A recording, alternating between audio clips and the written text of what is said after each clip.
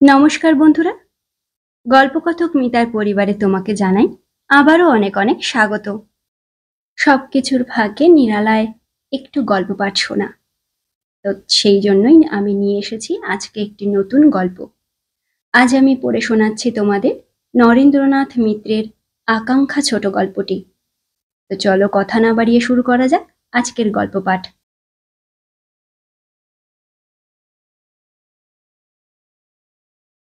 যেতে হলে তাড়াতাড়ি কর ছায়া, সকাল থেকে গা ছেড়ে দিয়ে বসে আছিস তো আছিসই। মাসি এর আগেও কয়েকবার তাগিদ দিয়েছে, তার এবারের তাগিদটা আরো জোরালো, গলার স্বরে খুব বিরক্তিও ফুটে উঠেছে। মাসির বিরক্তি দেখে ছায়া একটু হাসল। তুমি আজকাল আর আমাকে দেখতেই পারো না, কথায় কথায় কেবল দূর দূর করো আর বকো। আমি কি সত্যি হাত পা ছেড়ে দিয়ে বসে আছি? সংসারের কত কাজ করলাম না সকাল থেকে। এক রাশ এঁটো বাসন মাজলাম, চা করলাম, তরকারি কুটে দিলাম মামিমার। সুলতা বলল, থাক থাক, তোকে আর কাজের ফিরিস্তি দিতে হবে না। মামা মামির সংসারে আছিস, খাটতে হবে না? না খাটলে এ সংসারে কে কাকে খেতে দেয় শুনি? এত করে বলি বৌদি, মেয়েটাকে অত করে খাটিও না, একেই তো ওই রকম রোগা পটকা চেহারা, কেবল লম্বায় ধিঙ্গি হয়েছে, গায়ে পায়ে আর পুষ্ট হতে পারল না। কে বলবে 22-23 বছরের সমস্ত মেয়ে? খেটে খেটে আরো যদি হাড্ডিসার হয়, রান্নাঘরে আগুনের তাপে থেকে থেকে গায়ের রং পুড়ে আরো নষ্ট হয়ে যায়, তাহলে কি ওকে দেখে কেউ পছন্দ করবে? ছায়া মনে মনে হাসল। এবার আক্রমণের লক্ষ্য পাল্টে গেছে মাসির। অভিযোগ এখন আর ছায়ার বিরুদ্ধে নয়, মামির বিরুদ্ধে। ছায়া জানে এ অভিযোগও মাসির খুব সঙ্গত নয়। মামা মামি তাকে খুব বেশি খাটায় না। গরিবের সংসারে 5খানা কাজ সবাইকে করতেই হয়। ছায়াও তার চেয়ে বেশি করে না। শরীর যে তেমন মোটাসোটা হয় না, তার জন্যে কাকে আর দোষ দেবে ছায়া? শরীরের গড়নই তার ওই রকম, অসুখ বিসুখ তো নেই তার। সেও কি কম ভাগ্য নাকি?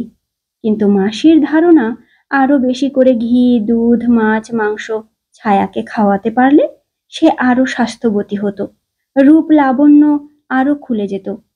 দেখতে তো সে আর খারাপ নয়, তেমন আদর যত্নে থাকে না বলেই ছায়ার এই দশা। কিন্তু ছায়া জানে তা ঠিক নয়। শত আদর যত্নে থাকলেও কি আর দেহের গড়ন বদলাতো? শ্যামলা রং দুধে আলতায় গোলাপি বর্ণ হয়ে যেত, নাকি বাঁশির মতো নাক হতো, না পটল চেরা চোখ হতো? ওসব কিছুই হতো না। তবে ভগবান ছায়ার ওপর একটু করুণা করলেও পারতেন। ছায়াকে 2-4 ফোঁটা রূপ বেশি দিলে তার অনন্ত ভাণ্ডার ফুরিয়ে যেত না।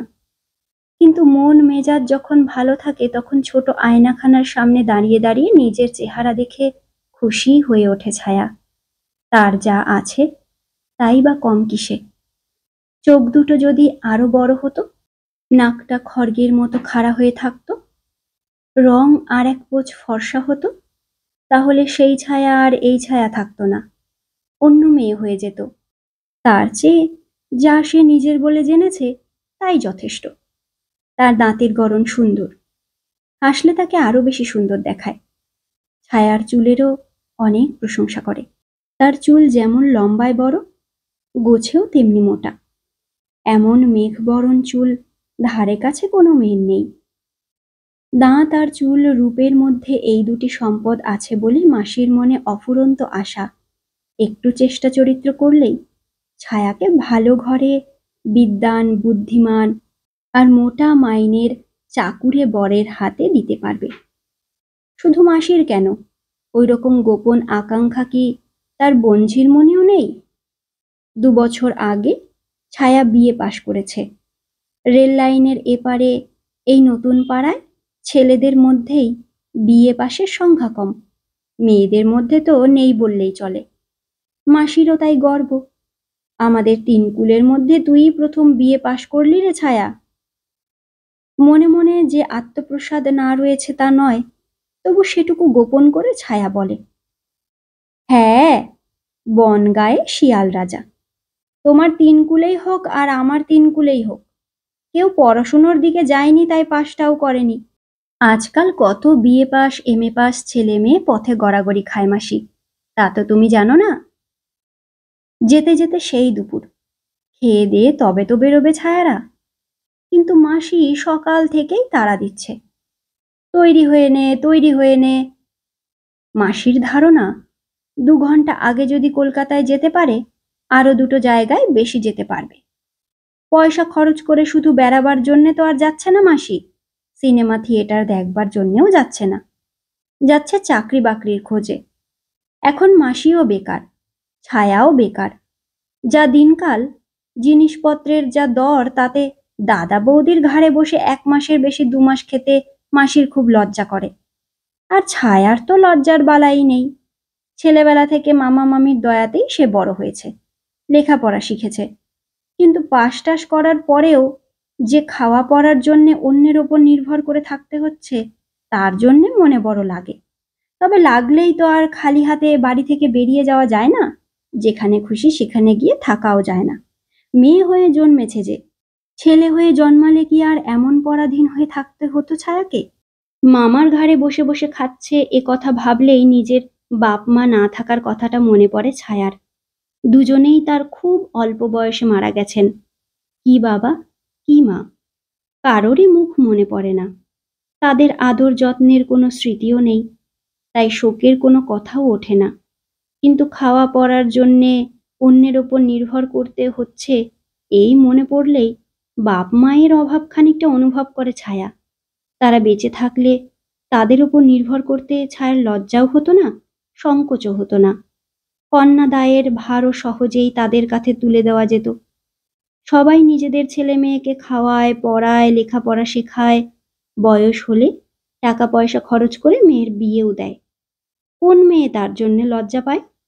কিন্তু ভাগ্নির বেলায় সে কথা খাটে না। তাছাড়া ছায়ার মামা তো আর ঝাড়া হাত পা নয়, তারও ৪টি ছেলে মেয়ে আছে। ধার দেনা করে বড় মেয়ের বিয়ে দিতে হয়েছে। খুকুদির ২টি বাচ্চা হয়ে গেছে, তবু নাকি মামার সেই মেয়ের বিয়ের দেনা এখনো শোধ হয়নি। মামা তো আর ভালো চাকরি করে না, বড় রকমের কোনো ব্যবসা বাণিজ্যও করে না। স্টেশনের গায়ে ছোট একখানি মনোহারি দোকান আছে। এত বড় সংসারে ওই দোকানটুকুই সম্বল। তাই তাদের দুজনকে খেতে পড়তে দিতে হয় বলে মামা মামি যদি মাঝে মাঝে মুখ জামটা দেয়, কখনো কখনো ঠ্যাস দিয়ে বাঁকা বাঁকা কথা বলে, তাদের খুব একটা দোষ দেওয়া যায় না। সুলতা আবার তাড়া লাগালো, ফের গিয়ে জানালার ধারে দাঁড়ালি? কি আছে ওখানে? যা গিয়ে অমলার কাছ থেকে ট্রেনের মান্থলিখানা নিয়ে আয়। ছুটির দিন, কোথায় কখন বেরিয়ে যাবে পাত্তাও পাবি নে। জানালার নিচের পুকুরটা বর্ষায় বেশ ভরে উঠেছে। ছোট একটি নারকেল আর সুপারির বাগান। পুকুরের ওপারে তার আড়ালে সারি সারি কয়েকটি বাড়ি। পশ্চিম প্রান্তে একেবারে শেষ বাড়িটায় থাকেন অমলাদিরা। রাইটার্স বিল্ডিংয়ে কাজ করেন। রোজ কলকাতায় যাতায়াত করেন অমলাদি। তার স্বামীর চাকরি আগরপাড়ার একটি হাই স্কুলে। দুইজনেই একসঙ্গে বেরোন। যাতায়াতের মান্থলি দুজনেরই আছে। ছুটির দিনে অমলাদির কাছ থেকে মাসি মাঝে মাঝে মান্থলিটা ধার নেয়, যাতায়াতের 4টে টাকা বাঁচে। এখন একটি টাকাও হিসেব করে ব্যয় করতে হয়। কারোরই তো চাকরি বাকরি নেই। লাইনের ওপারে ছায়ার একটা টিউশনি মাত্র সম্বল, মাসে 15 টাকা, তাও নিয়মিত আদায় হয় না। কি আর হয় তাতে? তবু অন্যের কাছে যখন তখন হাত পাততে ইচ্ছে করে না ছায়ার। টাকা পয়সাও নয়, বড় রকমের কোনো অনুগ্রহ প্রার্থনাও নয়। তবু মান্থলিখানা ধার নেওয়াও তো নেওয়া, কিন্তু সময় বিশেষে নিতেই হয়। একটা টাকা তো ভালো, একটা সিকির হিসেব না করলেও চলে না। পুকুরের ধার দিয়ে গিয়ে বাগানটুকু পার হয়ে অমলাদির ঘরের সামনে এসে দাঁড়ালো ছায়া। এত বেলায় কি রাঁধছেন অমলাদি? অমলাদি মুখ ভার করে বললেন, এসো, আজ তো আর অফিস টফিস নেই, ধীরে সুস্থে কাজকর্ম করছি। অন্যদিন তো নাকে মুখে গুজেই দৌড়তে হয়। আজ শখ করে বাজার থেকে মাংস এনেছে তোমার বিজয়দা। ছায়া বলল, বিজয়দা খুব ভালো বাজার করেন আমি জানি। উনি যেমন বাজারে ওস্তাদ, আপনি তেমনি রান্নায়। আরো দুটি একটি মন ভোলানো কথা বলে ছায়া আসল কথাটি পারল। মাসি আপনার মান্থলি খানার জন্য পাঠিয়ে দিল। অমলাদির লম্বাটে মুখখানা আরো লম্বা দেখালো। তিনি বিরস কণ্ঠে বললেন, তা আমি আগেই বুঝেছি। তোমাদের জন্য ছুটির দিনে নিজেরা যে একটু বেড়াতে টেড়াতে বেরোবো, তার আর জো নেই। ছায়া চুপ করে রইল। এইটুকু কথা শুনতেই হবে। যতক্ষণ না একেবারে না বলে দেবেন, ততক্ষণ দাঁড়িয়ে থাকবে ছায়া। শেষ পর্যন্ত মান্থলিখানা বার করে দিলেন অমলা। বললেন, তোমার মাসিকে বলো বড্ড অসুবিধে হয়, সামনের রবিবার কিন্তু দিতে পারবো না। ছায়া হেসে বলল, সামনের রবিবার কে যাচ্ছে অমলাদি? আমাদের কি আর অত ঘন ঘন কলকাতা যাওয়া হয়? আমি তো একেবারেই 9 মাসে 6 মাসে একদিন করে যাই। অমলাদি ততক্ষণে রান্নায় ফের ব্যস্ত হয়ে পড়েছেন। ছায়া বাড়িতে পৌঁছতেই সুলতা রাগ করে উঠল। গেছিস তো গেছিসই, এক জায়গায় গেলেই কি লেগে থাকতে হবে? এক তো অমলাদির অমন অনিচ্ছাকৃত অনুগ্রহ, তারপর মাসির এই বকুনি। ছায়ার আর ইচ্ছে করে না ট্রেনে গিয়ে ওঠে, কিন্তু মাসি নাকি কাকে বলে রেখে এসেছে যে বাড়িতে মাসি কাজ করত তার কর্তা নাকি ছায়াকে দেখতে চেয়েছেন। মাসি তার সঙ্গে ছায়ার আলাপ করিয়ে দিতে যাচ্ছে। ভদ্রলোকের নাকি সরকারি বেসরকারি বহু অফিস আর কলকারখানার সঙ্গে জানাশোনা। বলা তো যায় না কার কখন মন গলবে, কার সাহায্য কাজে লাগবে। ঘরের মধ্যে হাত পা কোলে করে বসে থাকলে কি আর কোনো সুযোগ আসে? খেয়ে দেয়ে তৈরি হয়ে নিল ছায়া। মাসির তৈরি হতে বেশি সময় লাগে না, কিন্তু ছায়ার লাগে। একটু পরিষ্কার পরিচ্ছন্ন হয়ে না গেলে কি চলে? বাইরে পরে বেরোবার মতো শাড়ি তেমন নেই, যা আছে তাও পুরনো। ওরই ভিতর থেকে হালকা বেগুনি রঙের শাড়ি বের করলো ছায়া। জুতো জোড়াও পুরনো হয়ে গেছে। আজ যতখানি হাঁটাহাঁটি হবে তার ধকল সইবে কিনা কে জানে। স্টেশনে যেতে হলে মিনিট 10 হাঁটতে হয়। কাঁচা মাটির রাস্তা, বর্ষাকাল, জল কাদা হয়েছে। বৃষ্টি যা হবার আগেই হয়ে গেছে। আজ রোদ খুব কড়া। শাড়ি বাঁচিয়ে আর জুতো বাঁচিয়ে মাসির পিছনে পিছনে হাঁটতে লাগলো ছায়া। সাইকেল রিক্সাও আছে। তাদের গ্রামেরই দুটি ছেলে দুখানা রিক্সা চালায়। বললে ছায়াকে তারা কম ভাড়ায় নিয়ে যায়। 40 পয়সার জায়গায় 25 পয়সা দিলেও চলে, কিন্তু ওই কয়েকটা পয়সাও এখন হিসেব করে চলতে হয়। স্টেশনে ঢুকে মামার দোকানের সামনে দিয়েই টিকিট ঘরের দিকে যেতে হয়। দেখতে পেয়ে মামা জিজ্ঞাসা করেন, কিরে, টিকিটের টাকা আছে তো? সুলতা জবাব দিল, আছে দাদা, তোমায় ভাবতে হবে না। মামা বললেন, খোঁজ খবর কিছু পেয়ে যাচ্ছিস তো, নাকি মিছিমিছি পয়সা নষ্ট আর হয়রানি?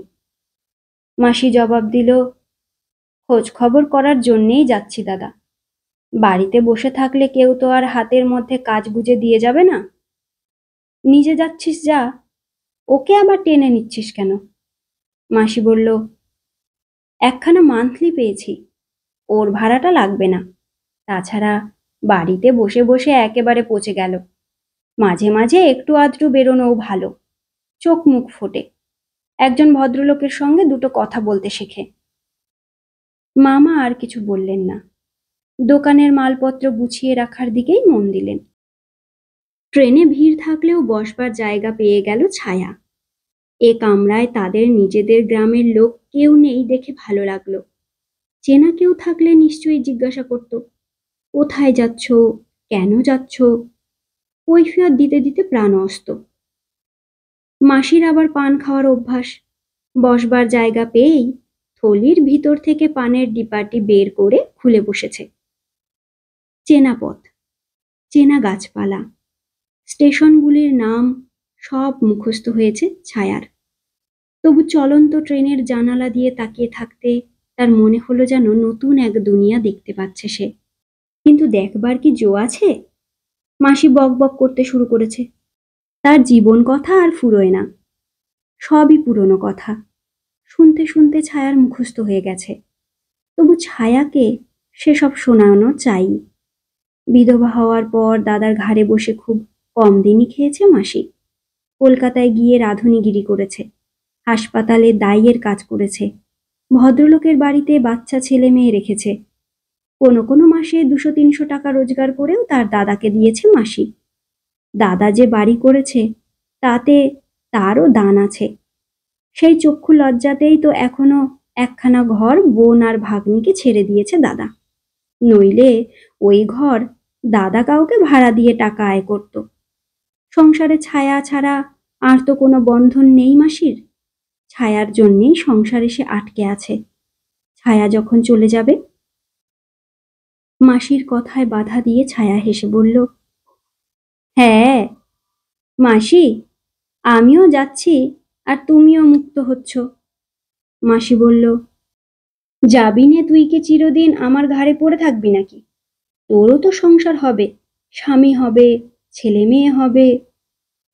খুবই সাধারণ অথচ পরম মধুর একটি সুখের চিত্র মাসি ছায়ার সামনে তুলে ধরে।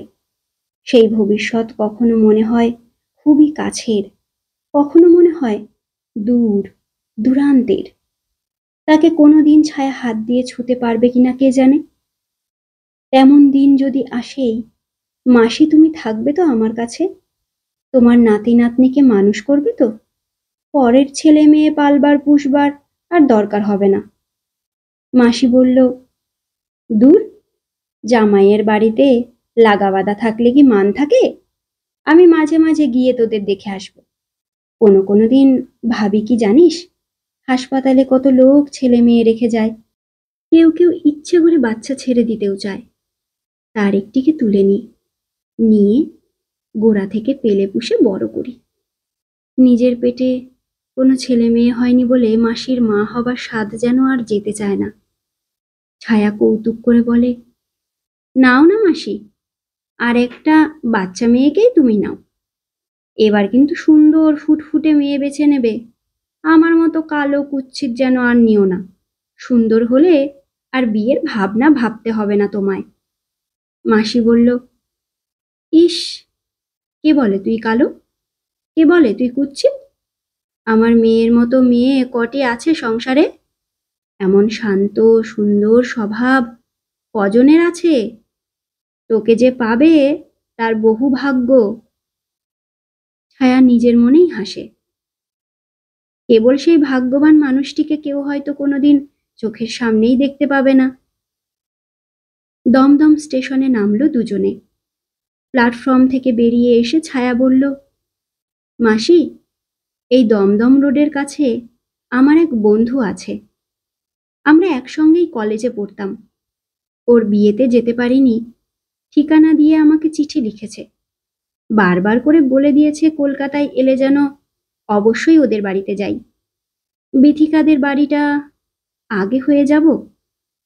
মাসি বলল, না বাছা, আগে যে দরকারি কাজে এসেছি সেটা করে যাই।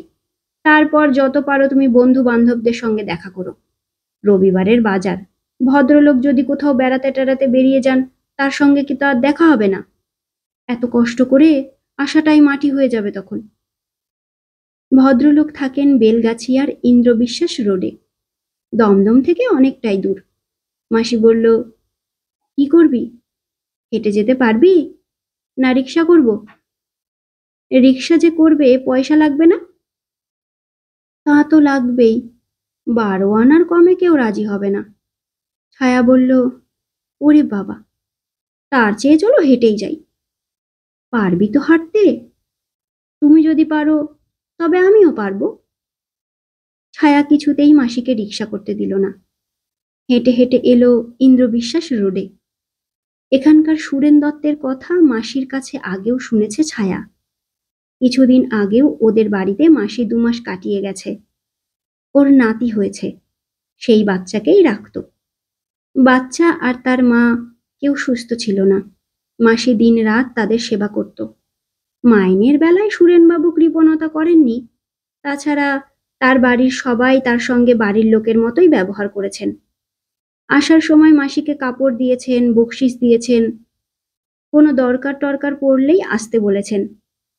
এমন কজনে বলে, কলকাতায় এলেই ওদের সঙ্গে একবার করে দেখা করে যায় মাসি। ওদের কাছে ছায়ার কথাও সে বলে রেখেছে, সুবিধা সুযোগ হলে হতেও পারে। বেলা 1:30 নাগাদ ছায়ারা গিয়ে পৌঁছল। কড়া রোদ, পাড়াটা পুরো নিঝুম। দোতলা 3তলা বাড়িগুলি দাঁড়িয়ে দাঁড়িয়ে ঝিমুচ্ছে। ভিতরে লোক আছে কিনা বোঝা যায় না। মেজেন্টা রঙের নতুন দোতলা বাড়ি, নেমপ্লেট আছে। কলিং বেল টিপতে মাঝবয়সী এক ভদ্রলোক এসে দোর খুলে দিলেন। তার মুখে বিরক্তির চিহ্ন, ভ্রূ কুঁচকানো, কিন্তু মাসিকে দেখে তিনি হাসলেন। আরে সুলতা, তুমি? এসো এসো, এই ভর দুপুরে, এই রোদের মধ্যে। মাসি বলল, আপনার সঙ্গে দেখা হবে বলেই এলাম। অনেকক্ষণ ধরে আমার দাদুকে কোলে নিতে পারবো বলে দুপুরেই চলে এলাম দাদা। আমার যে বঞ্ঝির কথা বলেছিলাম, এই সেই বঞ্ঝি। ছায়া, ইনি তোর মামা হন, প্রণাম কর। ছায়া প্রণাম করল, কিন্তু সঙ্গে সঙ্গে এটুকুও লক্ষ্য করল মাসির এই আত্মীয় সম্বোধনে ভদ্রলোক খুশি হলেন না। ছায়ার মনে হলো কি দরকার ছিল অতখানি গায়ে পড়ে অন্তরঙ্গতা করবার। মাসি বলল, দাদা কি ঘুমিয়ে পড়েছিলেন?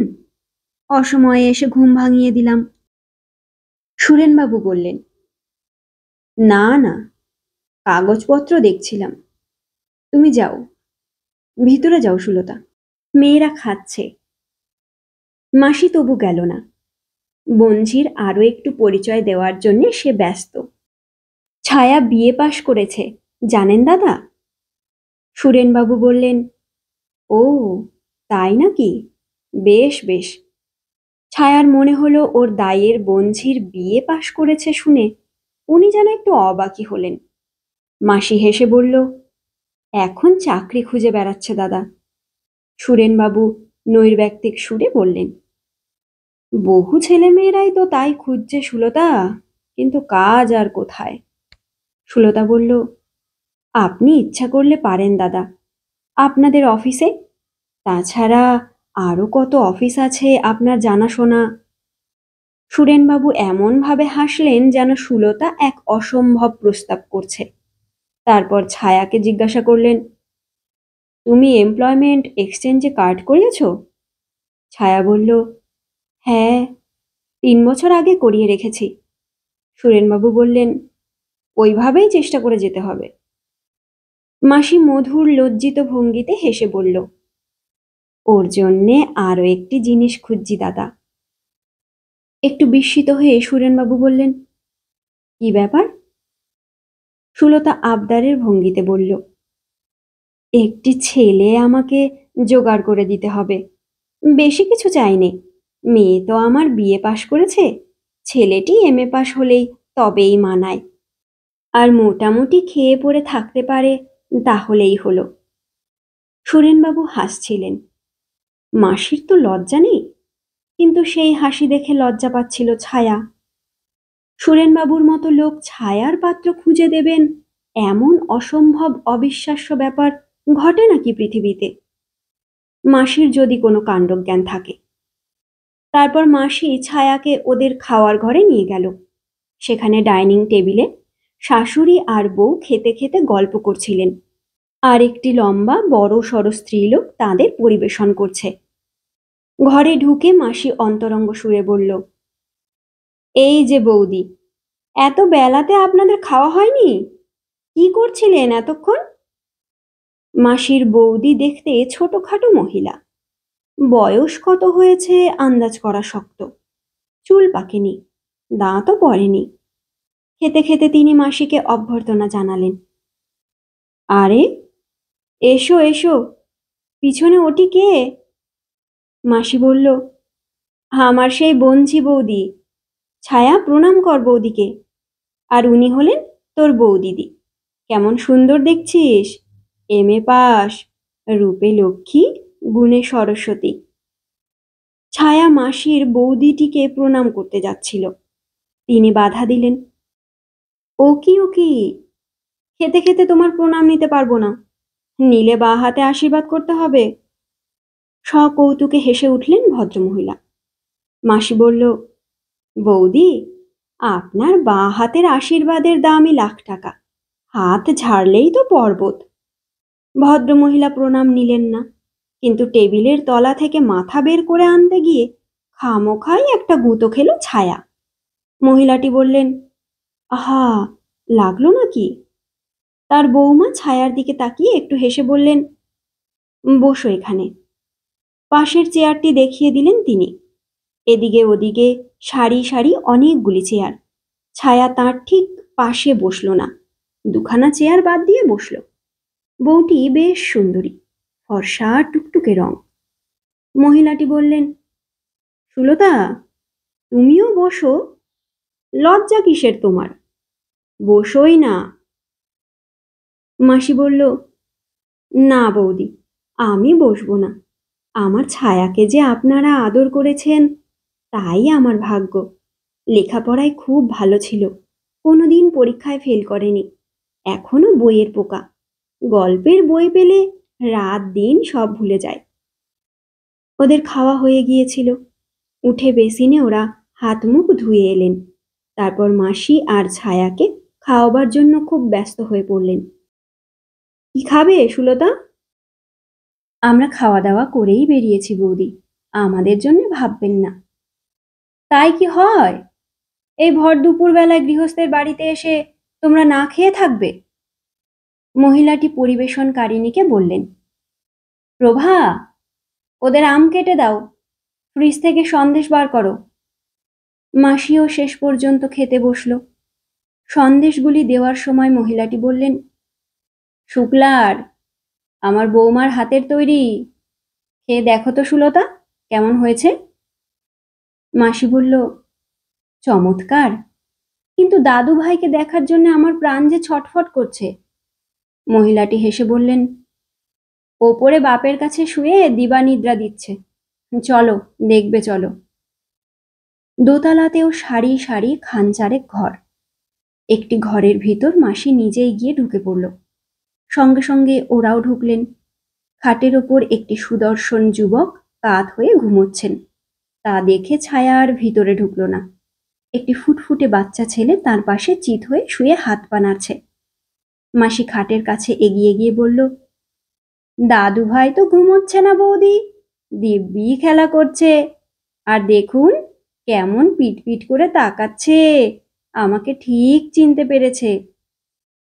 মহিলাটি বললেন, তা চিনবে না? তোমাকে তো জন্মাবধিই দেখছে। মাসি বলল, কেমন হাসছে দেখুন, নেব কোলে? নেবে বই কি। মাসি বলল, 2 মাস আমি ওকে কোলে কোলে রেখেছি, রাত্রে একটুও ঘুমোতে দিত না, কোলে থেকে নামালে কান্না। এখন বোধহয় মানিক আমার লক্ষ্মী ছেলে হয়েছে, তাই না? এখন বোধহয় আর কাঁদে টাদে না। শুক্লা দুধের বোতল হাতে নিয়ে ঘরে এসেছিল। সেই বোতল প্রায় কেড়ে নিয়ে মাসি বাচ্চাটাকে খাওয়াতে লাগলো, আর কোলে করে সোনা আমার, মানিক আমার বলে আদর করতে লাগলো। তারপর পাশের বড় ঘরখানায় মহিলা মজলিস বসলো। মাসি তার বৌদিকে পান সেজে খাওয়ালো, নিজেও পান খেলো। এ কথা সে কথার পর তার কাছে যথারীতি 3টে আবেদন পেশ করলো। একটি তার নিজের চাকরির জন্য, বাচ্চা ছেলে মেয়ে দেখাশোনার কাজ, রোগীদের সেবা শুশ্রূষার কাজ, এমনকি অল্প লোকজন হলে রান্নার কাজ হলেও সে নিতে রাজি আছে। কতদিন আর বসে বসে খাবে, খাওয়াবে কে? দ্বিতীয় আর্জিটি হলো ছায়ার জন্যেও একটি কাজ দেখে দেওয়া, মাস্টারি হোক, কেরানিগিরি হোক, একটা কিছু হলেই হলো। আচ্ছা, আপনার বাড়িতেই একটা কাজ দিন না। ভদ্রমহিলা অবাক হয়ে বললেন, আমার বাড়িতে ও কি কাজ করবে? মাসি বলল, শুনেছি বড় বড় লোক সেক্রেটারি রাখে, টেলিফোন ধরবার জন্য লোক রাখেন, আরও কত খুঁটিনাটি কাজের জন্য তাদের লোকের দরকার হয়। ছায়া তো সেসব কাজ করে দিতেই পারে বৌদি। মহিলাটি হেসে বললেন, আমার তো ওই ধরনের কোনো কাজ নেই, তোমার দাদার যদি দরকার থাকে তাকে দেখো না বলে। মাসি বলল, আপনাদের বাড়িতে না হোক, আপনাদের তো কত বন্ধু বান্ধব আছে, তাদের বাড়িতে যদি এই ধরনের লোকের দরকার থাকে। দেখব সুলতা, তুমি তো বলেই রেখেছ, আমি দেখব 5 জায়গায় খোঁজ খবর করে। মাসি বাচ্চাটিকে আরো একটু আদর করল, আরো বুকের কাছে টেনে নিল, তারপর বলল, সব সমস্যার সমাধান হয় বৌদি যদি একটি ছেলে জোগাড় করে দেন আমাকে। ছায়া এতক্ষণ মুখ নিচু করেছিল, হঠাৎ মাথা তুলে বিরক্তভাবে বলল, মাসি, চলো যাই, যেতেও তো সময় লাগবে, এবার ওঠো। মাসি বঞ্চির সেই রূঢ়তাটুকু স্নিগ্ধ হাসি দিয়ে মুছে দিল। মেয়ের আমার লজ্জা হচ্ছে। জানা, তুই ওই বারান্দাটায় গিয়ে খানিকক্ষণ বস, চেয়ার পাতা আছে, সামনে কি সুন্দর একটা পার্ক, দেখ গিয়ে বসে। আমি ততক্ষণ বৌদির সঙ্গে আরো দুটো কথা বলি। অত দূর থেকে ঘন ঘন তো আর আসতে পারি নে, কিন্তু বাচ্চাটার জন্য আমার মন ছটফট করে। ছায়ার আর সহ্য হচ্ছিল না, সে এবার বেরিয়ে এসে ব্যালকনির চেয়ারখানিতে এসে বসল। জোড়া চেয়ার পাতা, বোধহয় কর্তা গিন্নি বসে বসে গল্প করেন এখানে। এখন একটি চেয়ার খালি পড়ে আছে। ছায়ার যেন মাঝে মাঝে আশঙ্কা হয়, ও আসনটি কোনোদিন আর পূর্ণ হবে না। এমন আরো 2-4 জন আইবুড়ো মেয়েকে দেখেছে ছায়া, তারা বুড়ো হয়ে যায়, কিন্তু বিয়ে আর হয় না। স্কুলের দিদিমণিদের মধ্যেও কয়েকজন এমন ছিলেন। কোনো ছেলে যদি আইবুড়ো থাকে, লোকে বলে ও বিয়ে করলো না, কিন্তু কোনো মেয়ে যদি ইচ্ছা করেও সারা জীবন কুমারী থাকে, লোকে বলবে ওর বিয়ে হলো না। এই বিয়ে না হওয়ার মধ্যেও লজ্জা আর অপমানের যেন শেষ নেই। তুমি কোনো পুরুষের চোখে পড়নি, কোনো পুরুষের মন ভোলেনি তোমাকে দেখে, তুমি রিজেক্টেড জিনিস। ঘন্টা 2 বাদে মাসির ওঠার মতি হলো। এতক্ষণ কি যে গল্প করলো মাসিই জানে। মহিলাটি নিশ্চয়ই মনে মনে বিরক্ত হয়েছেন। মাসি বাইরে এসে বলল, চল ছায়া, এবার বেরোই। ছায়া বলল, তোমার হাতে ওটা কিসের প্যাকেট মাসি? মাসি হেসে বলল, বই, তোর জন্যে বৌদির কাছ থেকে গল্পের বই চেয়ে নিয়ে গেলাম, পড়তে পারবি। নিচের ঘরে সুরেনবাবু কি একটা লেখা টাইপ করছিলেন। দূর থেকে টাইপরাইটারের খটখট শব্দ শোনা যাচ্ছিল। ছায়ার মনে পড়ল, তারও টাইপটা শিখে রাখবার ইচ্ছা ছিল। চাকরি বাকরিতে সুবিধা হয়, কিন্তু টাকা কোথায়? 5টা টাকাই বা আসে কোত্থেকে? সুরেনবাবু তাদের দেখে উঠে দাঁড়ালেন, হেসে বললেন, যাচ্ছ বুঝি? এসো আবার। মাসি বলল, আমার কথা মনে রাখবেন দাদা। সুরেনবাবু বললেন, নিশ্চয়ই। তোমরা কোথায় যাবে? একেবারে দমদমে গিয়েই গাড়িতে উঠব। কিসে যাবে? হেঁটেই চলে যাব দাদা। না না, হেঁটে যেও না, এখনো বেশ রোদের তাপ। দেরাজ থেকে একটা টাকা বের করে তিনি মাসির হাতে দিয়ে বললেন, ওকে নিয়ে রিক্সা করে যেও। পথে নেমে মাসি বলল, এই অঞ্চলে আমার আরো 2-3টে পার্টি আছে, তারা আরো বড় লোক, বিজনেস করে, গাড়ি টাড়ি আছে। যাবি নাকি তাদের বাড়ি? গেলে তারাও আদর যত্ন করবে। ছায়ার ক্লান্তি লাগছিল, একটু হেসে বলল, না মাসি, আর তোমার পার্টি দিয়ে আমার দরকার নেই, চলো এবার ফিরে যাই। যাওয়ার সময় যদি পারি বিথিকে একবার দেখে যাব। একটু এগোতেই রিক্সা মিলল। ছায়া আপত্তি করছিল, আবার রিক্সা কেন? হেঁটেই যায় না মাসি, টাকাটা বাঁচুক। কিন্তু মাসি সে কথা শুনল না, বলল, অত বেশি হাঁটাহাঁটি করলে তো শরীর খারাপ হবে, এমনি যা ছিঁড়ি হচ্ছে দিনের পর দিন। রিকশায় উঠে ছায়া বলল, মাসি, একটা কথা, যাচ্ছি আমার বন্ধুর বাড়িতে, সেখানে কিন্তু তুমি চাকরি বাকরির কথা তুলতে পারবে না, আমার সম্বন্ধ দেখার কথাও তুমি বলতে পারবে না, আমি তাহলে যাব না। মাসি হেসে বলল, আচ্ছা আচ্ছা, বলবো না, মুখ ফুটে না চাইলে কেউ কি কিছু দেয় রে? না কাঁদলে মাও দুধ দেয় না। বলা তো যায় না কার দ্বারা কি হয়, কার হাত দিয়ে কোন সুযোগ কখন এসে পড়ে। চেষ্টা করে যেতে হয়, বুঝলি? চেষ্টায় ক্ষান্ত হতে নেই। ইমপ্রুভমেন্ট ট্রাস্টের কতকগুলি ফ্ল্যাট বাড়ি, শহরের মধ্যে যেন ছোট আরেকটি শহর। মাঝখানে ফাঁকা জায়গা আছে, ছোট ছেলে মেয়েদের খেলবার ব্যবস্থাও রয়েছে। ব্লক আর নম্বর মিলিয়ে মাসিকে নিয়ে 4 তলার ফ্ল্যাটে উঠে গেল ছায়া। দোরের কাছে দাঁড়িয়ে কড়া নাড়ল। দোর খুলে বিথি এসে সামনে দাঁড়ালো। আরে ছায়া, তুই তুই তো আমাকে চিনতে পারলি। তোকে তো আমি চিনতেই পারছি না বিথি। কি সুন্দরী যে দেখাচ্ছে তোকে। বিথি লজ্জিত হয়ে বলল, সুন্দর না ঘোড়ার ডিম। চল, ঘরে চল। ছায়ার মনে হলো সত্যি এত সুন্দর কিন্তু বিথি ছিল না।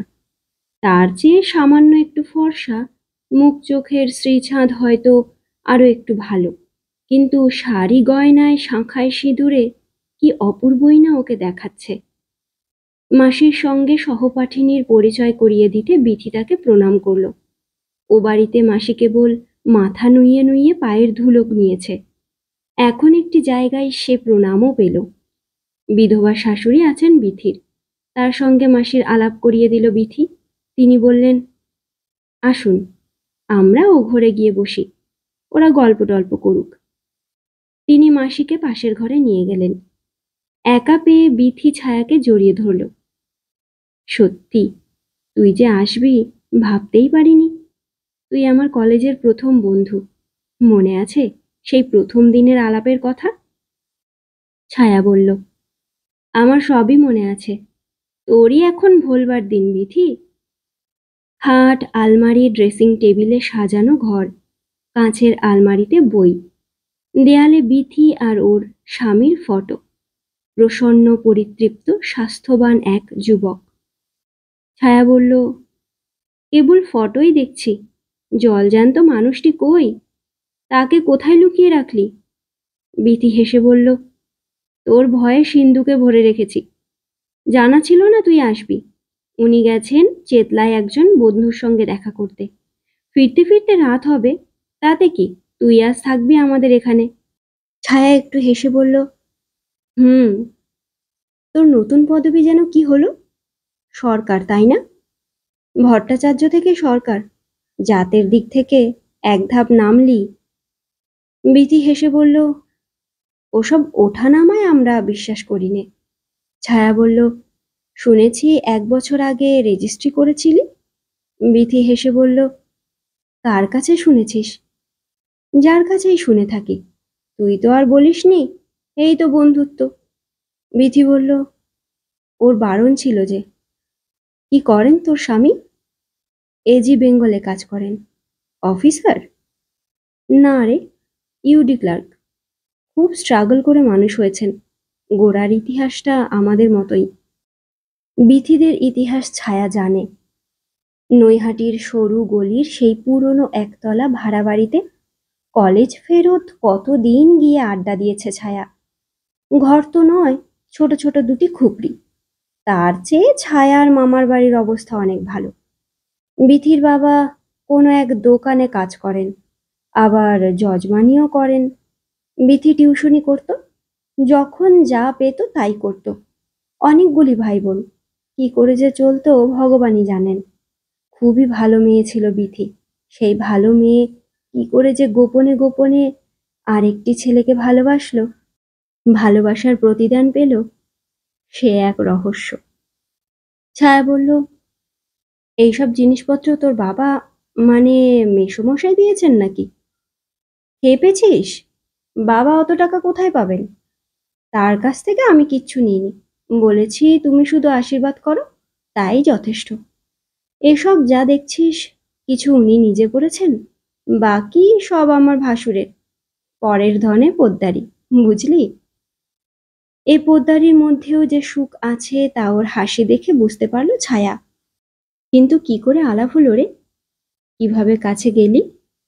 কাছে আসতে দিলি? সব গোড়া থেকে বল। বিথি মৃদু হেসে বলল, আর একদিন বলবো।